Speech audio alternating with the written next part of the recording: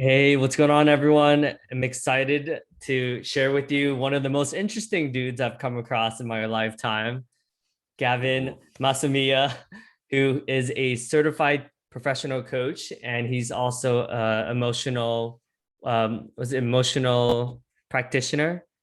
Yeah, energy leadership index practitioner. Yes, Mhm. yeah, so that's pretty cool. I know IPEC is big on the emotion, like the energy leadership index. So that was interesting when I first took that. I was like, oh, I never have thought of it that way. It's like different levels of energy. So it was a pretty profound experience. And I remember when I took it, I was like, oh, I have a long way to go. It's a very interesting one because it is an attitudinal assessment versus a personality assessment, which means that Yeah, it can change over time as opposed to fitting inside, and they both serve different yeah, purposes. So it is cool to have another paradigm to look at for the self awareness. yeah. It reminded me of this one of the guys I follow. His name is Frederick Dobson, who's like, do you know who he is? He's like I'm really not familiar. He's really interesting. He writes a lot about like law of attraction, and he was able to have a number assessment for basically all of like basically every celebrity and every like he was able to have like a numerical scale that went up to like 600 or like most people were like in the 100s to 200s, and he was talking about the presidents are like in the 300s, and then like he just it was a really fascinating book, but I was just like, wow, this is interesting stuff.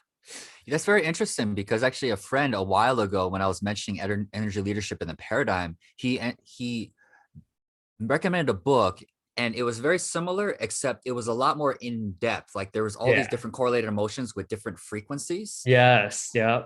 I forgot what it was, if it was like muscle testing and they were able to base it based on, anger, Hmm.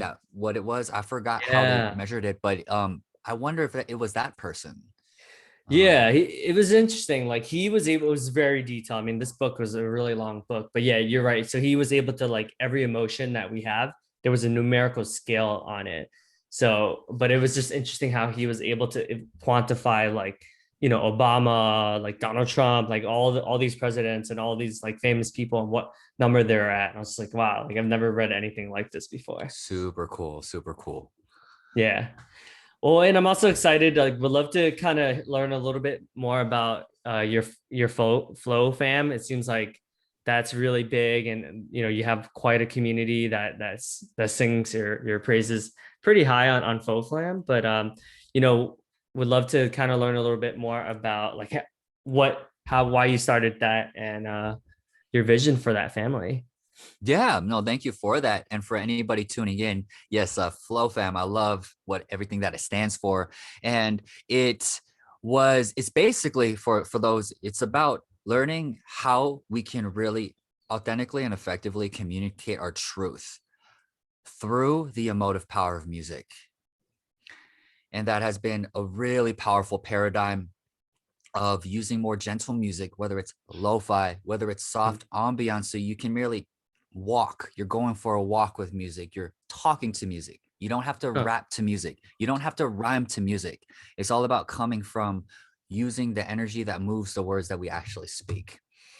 And we Hmm. also do exercises that don't involve language at all. And it just involves scatting or speaking gibberish so we can get attuned to getting outside of the analytical mind, which Uh, is when we're in the analytical mind, we're out of flow. Flow state can be defined as the optimal state of consciousness where we feel there's an emotional component, we feel our best, and we mm, also can perform, which means that there's actually a certain level of skill that needs to be met, which makes it easier to get in flow. And so I teach about the power of flow state, the science behind it. There's actually 4 stages of a cycle. I won't get into the whole thing around it, but it directly relates to how we actually speak. And when we get into that stream of consciousness, we're no longer analyzing or second guessing ourselves, which is all prefrontal cortex. The inner critic's right mm, here. mm. Um, Yeah, that's a good point. I think a lot of the Western culture society is focused on the doing, and we analyze everything. Where it's like, oh, if I do this, I'll make this money. I can pay the rent. I get it. Oftentimes, we're so in our head that we can't truly be present with our spouses or our kids, right? It's like we're always thinking about the next promotion or the next meeting that we have, and it is difficult to get out of our heads and into our bodies, right?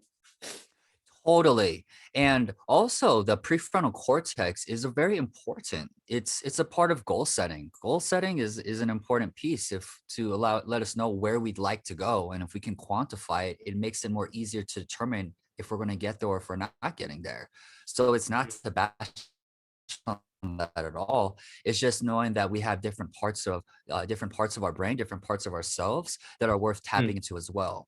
And flow's another one that's really great to incubate different ideas, to cross pollinate ideas as well, that can create a competitive advantage or new idea or just new potential pathways that we can take. Yeah, that's interesting. And I call it actually intuitively listening, which is reading between the lines of what people are speaking of, to really get on how they might feel, what we have done our own share of work in Landmark too, also Yeah. speaking to those unspoken commitments that they might be up to, and that it's okay if you get it wrong, you're guessing wrong, you just want to guess and live into like how might this other person's experience really be like, and it's very sharpened inside of FlowFam.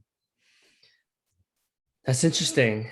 Yeah, I think oftentimes some people look at intuition as not real, or they don't trust their intuition. They're by external force. They're influenced by external forces. But I often find that our intuition sometimes doesn't make sense to everyone, but it's always the thing that gives us the most fulfillment, right? The most joy when we truly listen to ourselves and explore that and be curious about that. Yeah, it's a very interesting word because it's hard to quantify. And actually, one of my favorite CEOs, Vishan, the co-founder of Mind Valley, believes that Yeah. actually intuition is actually one of the most misunderstood skills and abilities in corporate America, in corporate, Mm. and how much that really can be relied upon, especially the more experience that you have in a field, the more intuition that can be built because of that experience, where now there's an Mm. unconscious competence that's created through the experience that's no longer a part of necessarily the analytical mind, it's in the nervous system.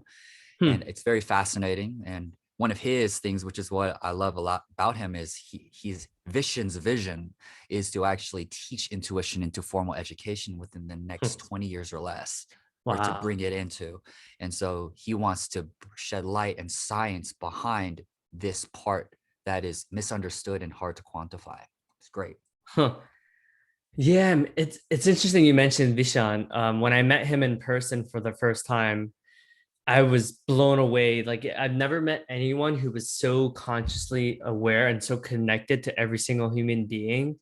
It felt like everything he said, he was like truly tapping into. It was like a spiritual experience almost. Like I've never felt this way about any speaker, but I just felt that he just genuinely just has everyone's best interest at heart. And he was just so authentic. Like he just had a way of just really connecting with like each person in the room, even though there were hundreds of people in that room. It was very profound. Yeah. I'm glad that we're on a similar wavelength. There's a lot of overlaps that we definitely do have. And I Yeah. think, yeah, there's something to be said about how Mind Valley, the company, has been, I think it was in Forbes, that it was listed as one of the greatest places to work at. Mind you, I don't know all the different metrics that led to that being them in the top 5. However, he Mm-hmm. places a large emphasis on the happiness of his employees. Yeah. And, mhm. Yeah. It's interesting because I think energy levels and law of attraction is becoming more popular in corporate, but it's almost like hushed, right? Like no one will openly admit that, like, oh yeah, like some people are like that's woo woo, but it's often the most successful people in corporate have that, right? That's their way of being, but they wouldn't share that openly and say like so it's interesting how I'm starting to see that shift, right? I think that's becoming more popular, but I think in the past people would say like, oh no, like that's weird, you know.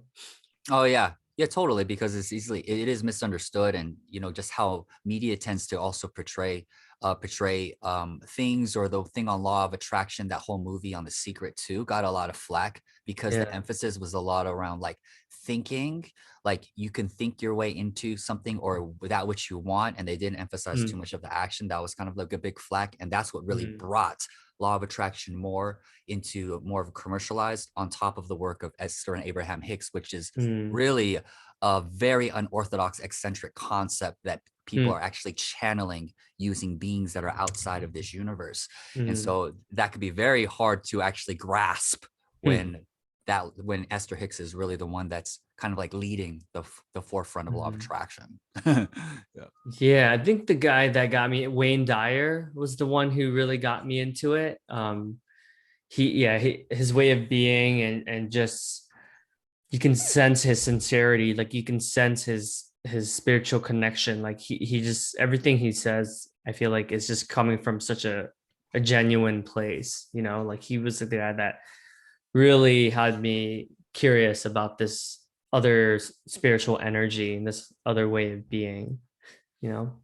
Beautiful. Yes. I know a little about him. I watched The Shift. That was Yeah. recommended by one of my friends, and they're like, don't worry about the production value of it. Yeah. Just the storyline of it is really interesting. And so Yeah. yeah, I was very fascinated by it. And also the way that he really does hold space. He takes his Mm. time. Me, as someone who's very passionate about voice and how voice Mm. can actually influence people too, he has a very slow tempo that's very Yeah. poised and controlled, like no rush. So he can really ground people. And he's Huh. very keen, like he'll stare and he'll really look and be mindful. And that alone is very powerful, especially as a coach. There's this Mm. whole analogy of the light post. Have you ever heard of that?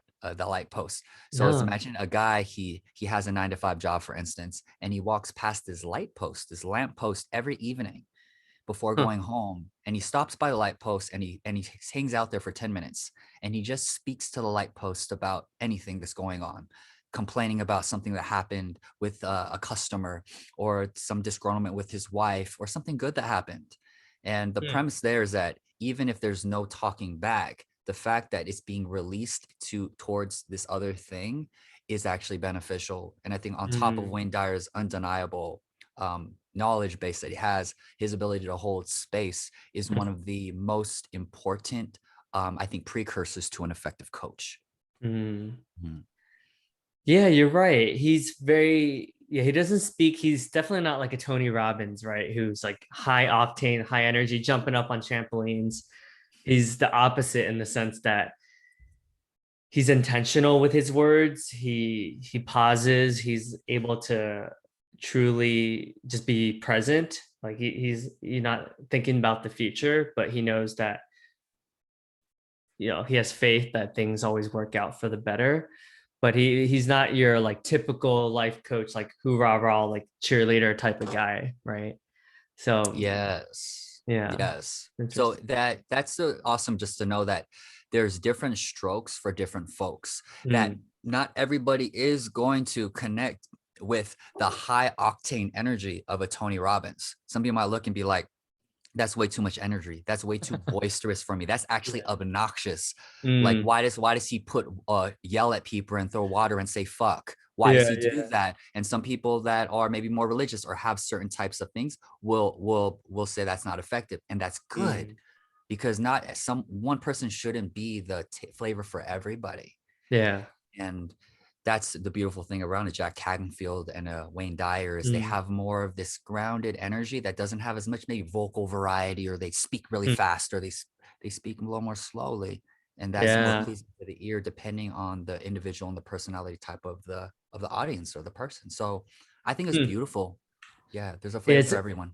it's interesting you mentioned Jack Canfield as well. Actually, I met him too for the first time in person at a, it's called Day of Greatness. Ooh, And dog.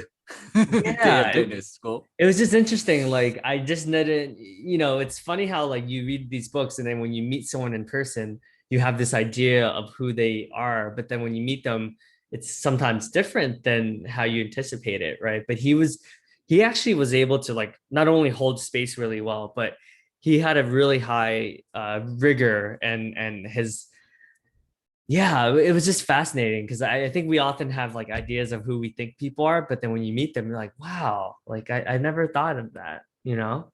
But he was like an enigma. I was like, wow, like much because I think in his books, like it's very soft, it's very like compassionate and loving.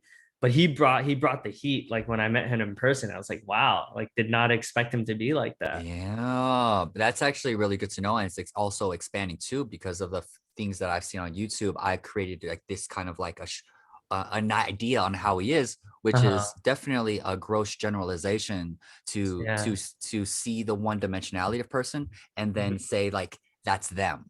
Right. Right. And so Hmm. even Tony Robbins, he definitely has a softer side. If anybody Mhm. saw I'm Not Your Guru on Netflix, I saw that like 8 times. Right. And Yeah. just the ability to make shift depending on the other person, which Huh. requires a kind of an acuity Mhm. to really reading kind of like their body language and what's not being spoken. Once again, that intuitive Mhm. listening that I think he's a master at. Yeah, Tony Robbins. The thing I like about him that's different from all the other coaching programs I've been a part of is he really focuses on like the physical fitness as well and the health, which I appreciate. I think what's missing for me in like landmark or accomplishment coaching, for instance, is like they don't really talk about the physical health as much, you know? So I really appreciate Tony Robbins because like he's very, very big into like your physical health. I think it's all important, right? But I think that's what's missing for at least for me and a lot of other coaching programs. Like they don't ever talk about like the physical health as much. Yeah, that is actually a really good point because for those of you who really don't know, Tony Robbins emphasizes something known as a triad, and this triad is something that is meant to change your state, right? To try to get into state. So he's worked with people across all these different countries, every continent of the world, and he still emphasizes this triad. There's three different ones. One that I'll is the most important, the quickest way is physiology.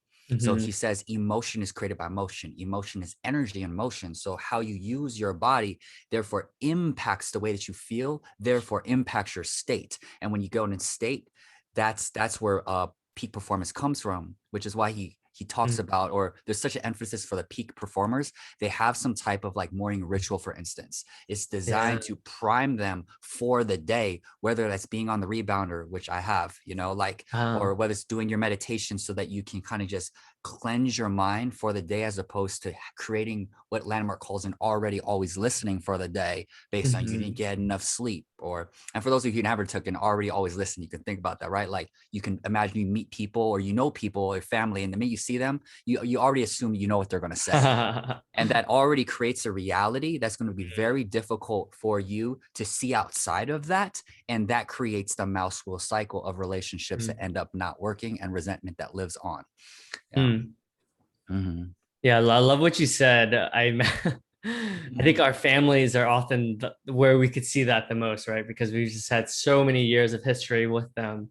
I think my already listening of my mom was always like, okay, she's probably gonna complain about life, and she's probably gonna be like, like, did you do this? Or you need, telling me what to do, or kind of like, I think she's also very like spiritual in the sense that she listens to palm readers and she's like into astrology and stuff like that.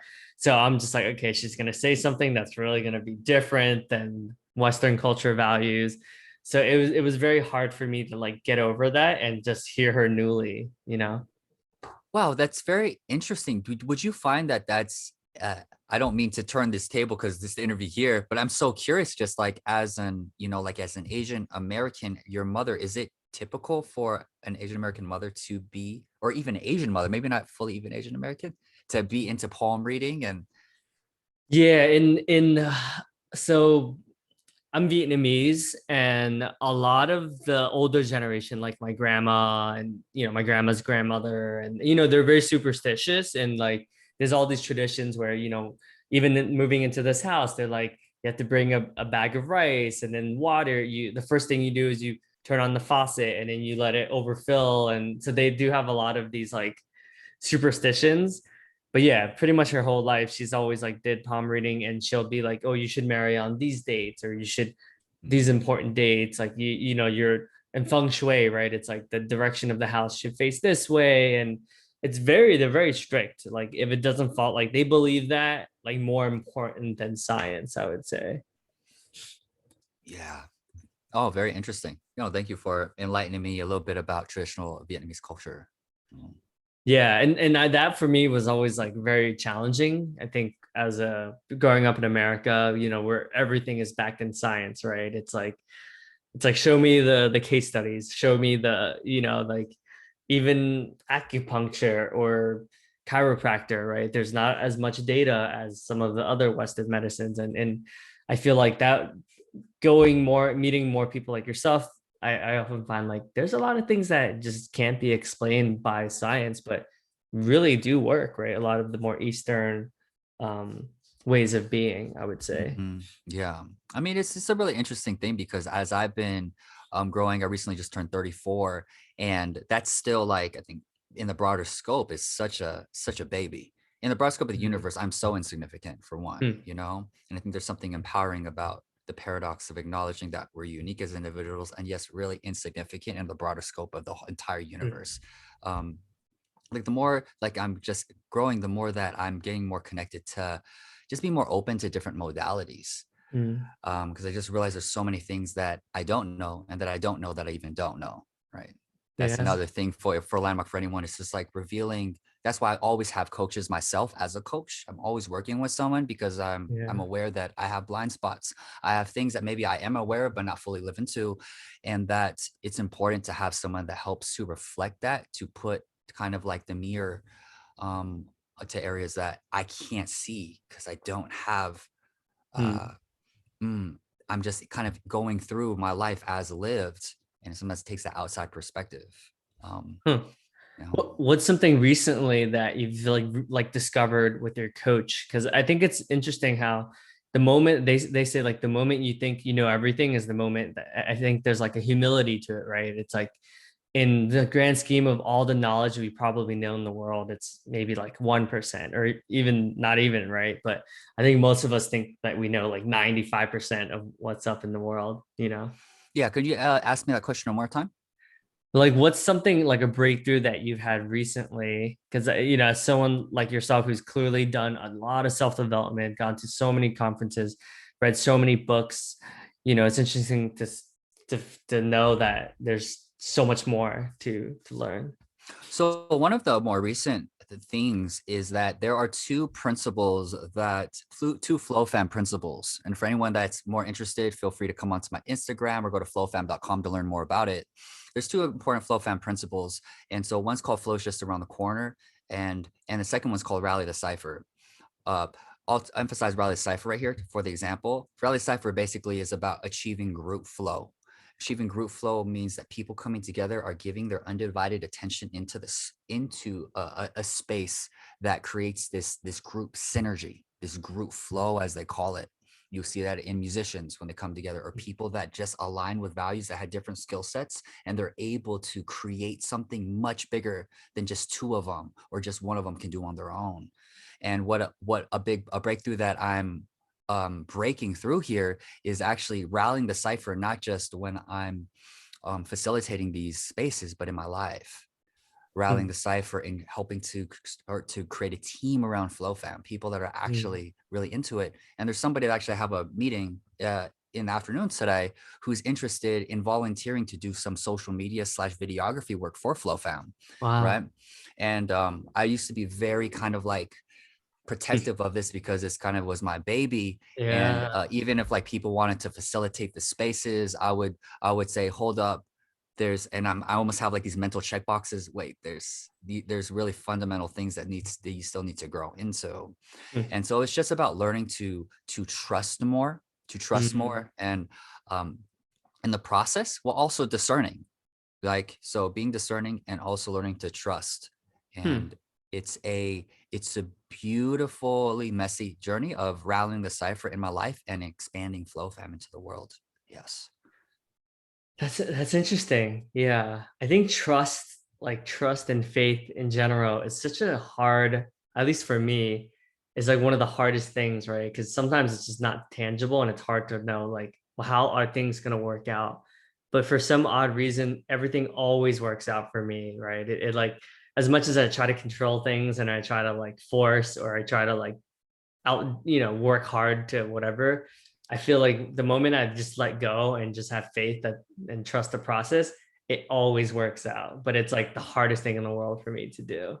Yes, yes. And as you say that, it just reminds me of the quote that probably most of us know is that Steve Jobs commencement speech quote that like, it's only sometimes like looking back, do things make sense?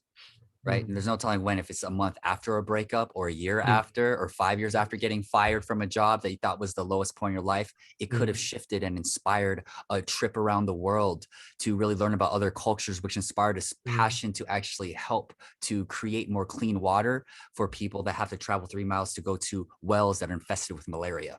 mm, Right. But that never would have mm, happened without getting laid off so that you can make a trip to go soul searching to find that mm, well and see fit families established and actually their lifespan being so much lower than in Western mm. culture, something like that, right? And so Yeah. the faith part or the trust in the process of it, which is something that I get to continue to work on myself, y'all. So don't think that like I'm a guru or put me on a pedestal as well. I'm on this human journey as well.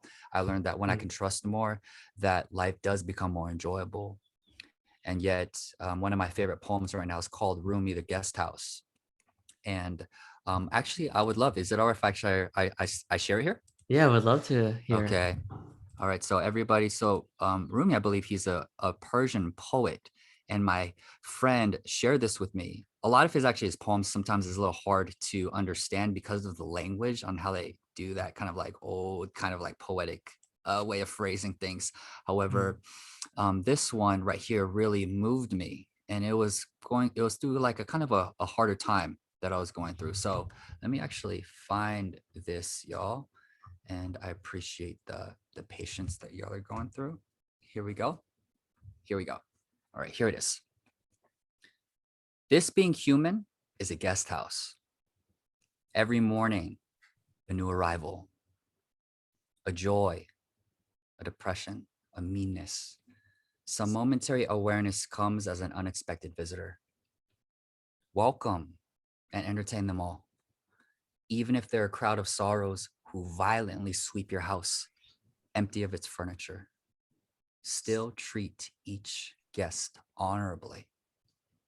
He may be clearing you out for some new delight. The dark thought, that shame, the malice, meet them at the door laughing and invite them in. Be grateful for whoever comes because each has been sent as a guide from beyond. mm. Yeah, I love that. I think we often run away from malice and these negative emotions, but I think if we befriend them, like you said, there's so much possible. Not from a place of like fixing or wanting it to go differently, but from a place of dancing in the moment and Mm, also just seeing what's possible through having a vision and then finding a family or finding a group of people that you can kind of go on that journey with, you know. yeah. Yeah, it's beautiful. Mm-hmm. It is. And like, I think the last part about each has been sent as a guide from beyond that, I kind of look at these experiences of, I even think of when I was extremely burnt out in 2000 and early 2018. And I was still doing social services. I was working with the most difficult client in the agency who was very aggressive, injured some of the teachers. He would like flip tables around. And Mm, I went during those situations when someone's a really a child, you do something called crisis prevention intervention, where you do certain kinds of holds to hold them down. mm, And I was such at a point of burnout that mm, I kind of like I removed this kid from the classroom and I put him in this CPI hold for a while. And I was so burnt out that I just like held him there for a minute because and like some of the teachers said, is Gavin okay? I don't usually see him flip out in this way. And I was mm, so at the end, at the end of, I had no tolerance for everything. And I wasn't mad at the kid. And so this is where it is, that resentment, that was not about the kid. That was me knowing that this job, I have way overextended my stay at this job. Mm. And so it was trying to tell me something, Hmm. you know? And the very interesting thing about that is that shortly after that, I used to listen to a lot of Lewis Howes, the School of Greatness podcast. For those of you who don't know, he's an amazing podcast host. We talk about holding space. He knows how to hold space from a very humble place. He was Yeah. interviewing this actress one time. And as I was driving to work, and I was so burnt out still. And then the actress said something like, when you've been working at a company for over 6 years and you're not happy there, and it's kind of like this persistent kind of unhappiness that turns into a little resignation, there's something inside of you that tells you that you need to make a big change in your life. And as I heard that, I'm pulling to the side of the curb and I shut off the ignition. And that was another one of those moments where I think I saw that for me, I can't prove it, but I just saw like, holy shit, I've been at this job for over 6 years. I'm burnt out to the ground. And I thought, and it made me feel like that person, that actress was actually talking to me. And I think that the universe has a way, if we're receptive and open enough to be open, like maybe the universe is sending me messages. And if it is, what is it trying to tell me? And I think that is the part where I'm bringing a little more of this sense of mysticism or openness and receptivity to the universe that maybe someone that's extremely like scientific focused may not connect with. And that's cool. I've been subscribing to this notion more of like, I never used the word God before because I didn't grow up. I played basketball on Sundays. That was my church. I played basketball games for CBO, this Crescent Bay Optimist Japanese league. And so, but I remember this interview from Drake, right? We can learn through the experiences and words from other people too. And he's like, yeah, I believe in God. He was asked one time in a casual interview, and they're like, how? What makes you believe in God? Because there's a lot of people that don't. And he's like, well, during those quiet moments after a show or after an interview or after I start hanging out with somebody and I'm by myself.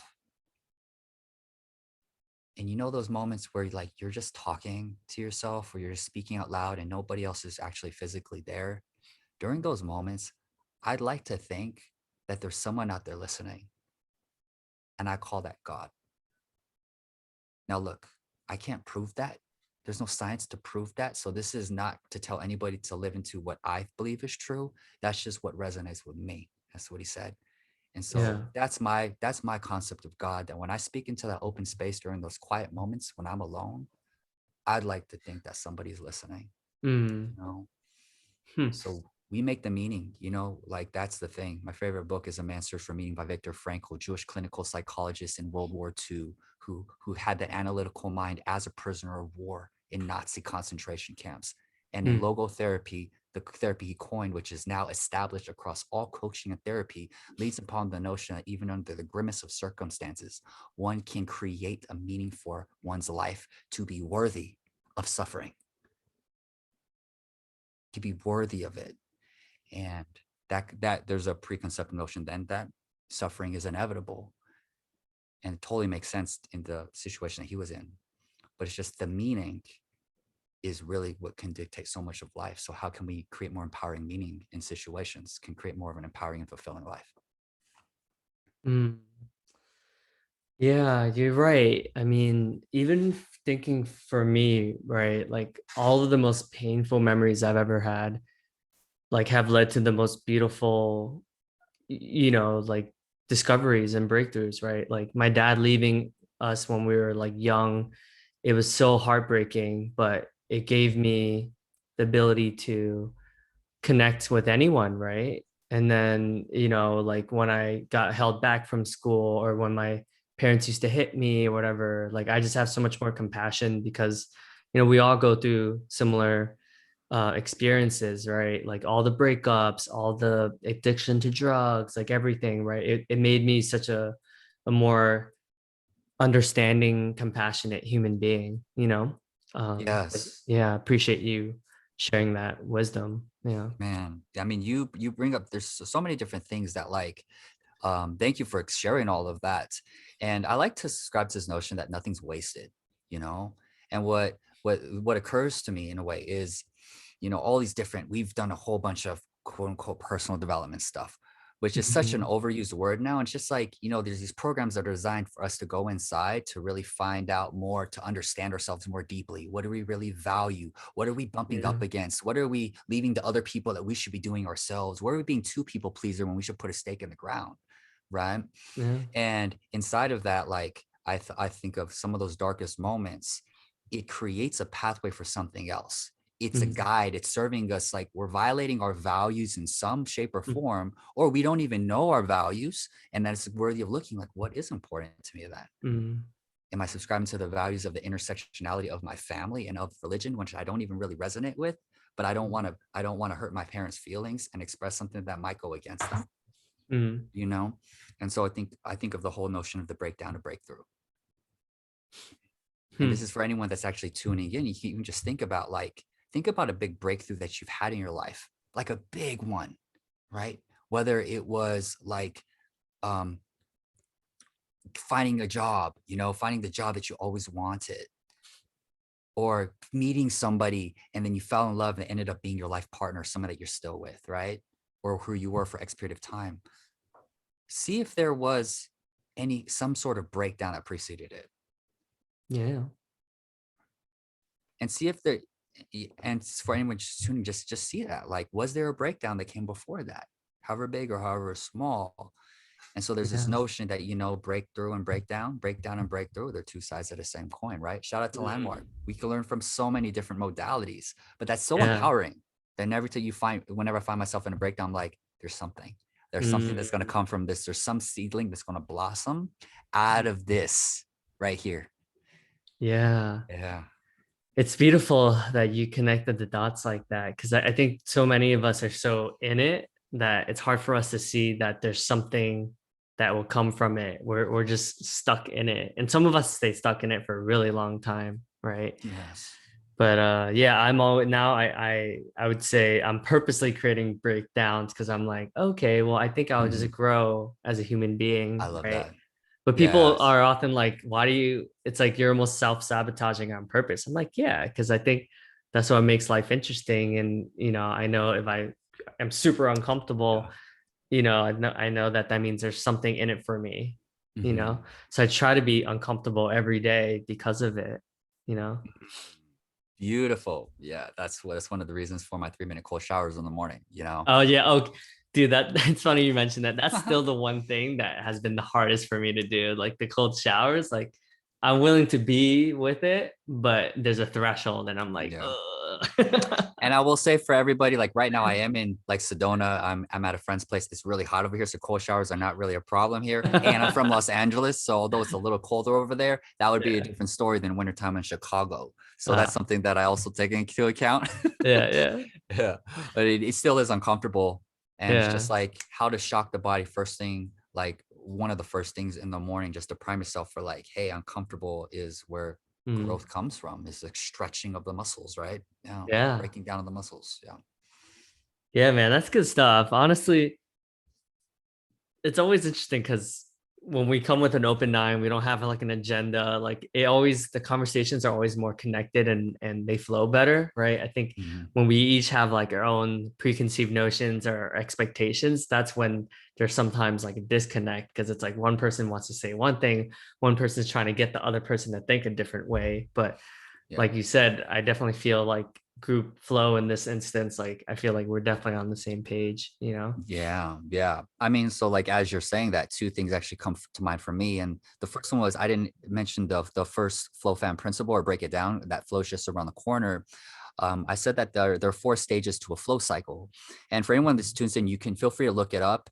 It's Stephen Kotler has really spearheaded the work. He's one of the cutting edge researchers in the world around flow state, along with Jamie Wheel. And so the 4 stages is called struggle, release, flow state, and recovery. And struggle is a really important one because it's referring to something known as the skills challenge ratio. And that's just a fancy word, but it's basically when you're learning anything new, that it's probably going to be a little hard. And it should be. You're stretching yourself beyond where your current skill level is at. So it actually should be a little difficult. Some researchers say 4% more difficult, so just a little more. So, but it should be a little more difficult. And so, but that means it's like there's nothing wrong because you're struggling or it's something's hard. it's a part of the process. In fact, it's the first phase of the flow cycle. And release, the second one, the R, is where the parasympathetic nervous system is engaged. And that's where we want to relax. And now that can also look like stepping away from the activity at hand, so to allow room for a shower moment, to allow room for the smelling the flowers and an idea coming through. Stepping away allows the subconscious mind to start doing a little bit of the work, right? Huh. And so by relaxing, that key is breathing. We relax. And when we relax, we judge ourselves less. And when we judge ourselves less, that's a prerequisite to getting in the flow, because flow is when the analytical mind goes out the window. And it's a really like a beautiful thing. So I do different exercises in FlowFam because it's all about emphasizing people to build more confidence, expressing themselves, while doing maybe a metaphor game, which leans upon the power of meaning, how we can create meaning in arbitrary objects, right? Like, and so maybe I'll say, you know, pass it on to, and say to you, like, all right, here, I'm going to give it to you. Life is like a cup of coffee. And you have to create it, you know? Yeah. Life is like a cup of coffee. Yeah. You know, the cup actually has a shape, and you can pour coffee. It could be hot, it could be cold, and the hell with it. It doesn't even have to be coffee. You could put anything in here, and yet people can get stuck. People can get stuck thinking that it's only meant for coffee.